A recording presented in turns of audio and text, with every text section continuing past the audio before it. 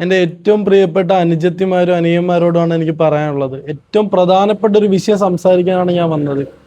കഴിഞ്ഞ ദിവസം ഞാനൊരു ഫംഗ്ഷന് പോയപ്പോഴത്തേക്ക് അവിടെ ഒരു പ്രായമുള്ള ഏകദേശം ഒരു SLC+2 ഒക്കെ പഠിക്കുന്ന മക്കളുള്ള ഒരു ഇക്ക എനിക്കൊരു ഫോട്ടോ കാണിച്ചു തന്നായിരുന്നു. എന്താ കാരണം എന്നറിയോ?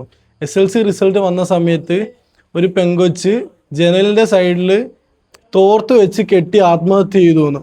ഒരു റിസൾട്ട് വന്നു കഴിയുമ്പോഴത്തേക്കും നാട്ടുകാരെ ഫേസ് ചെയ്യാനുള്ള ബുദ്ധിമുട്ട്, വീട്ടുകാരെ ഫേസ് ചെയ്യാനുള്ള ബുദ്ധിമുട്ട്, സ്കൂളിലെ ടീച്ചേഴ്സിനെ ഫേസ് ചെയ്യാനുള്ള ബുദ്ധിമുട്ട്, അതെല്ലാം കാരണമാണല്ലോ ഒരാൾ ആത്മഹത്യ ചെയ്യുന്നത്.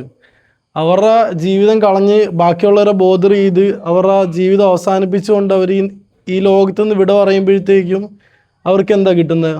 അവർക്ക് നഷ്ടം വരുന്നതെന്ന് വെച്ച് കഴിഞ്ഞാൽ അവരുടെ മാതാപിതാക്കൾക്കും കുടുംബക്കാർക്കും നഷ്ടമായി. കുറച്ച് സമയം എല്ലാവരും വിഷമിക്കുമായിരിക്കും, പക്ഷേ അവരുടെ മാതാവോ പിതാവോ അവർക്കുണ്ടാകുന്ന വിഷമങ്ങൾ ജീവിതം അവസാനം വരെ അത് നിലനിൽക്കും. നിങ്ങൾ എന്തിനാണ് ആത്മഹത്യ ചെയ്യുന്നത്?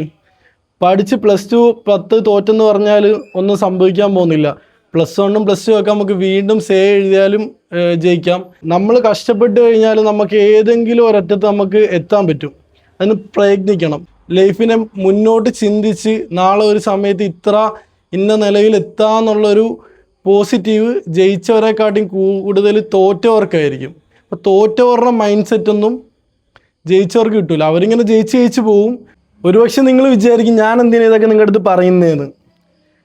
10ൻ്റെ റിസൾട്ട് വന്ന് ഒരു ജീവൻ പൊലിഞ്ഞ് ഇനി +2ൻ്റെ റിസൾട്ട് വരും. ദയവ് ചെയ്ത് മക്കളെ, റിസൾട്ട് വരുമ്പോഴത്തേക്കും തോറ്റുപോയാൽ തോറ്റ് പൊക്കോട്ടെ. എക്സാം വരുക, എക്സാം എഴുതി എടുക്കാം.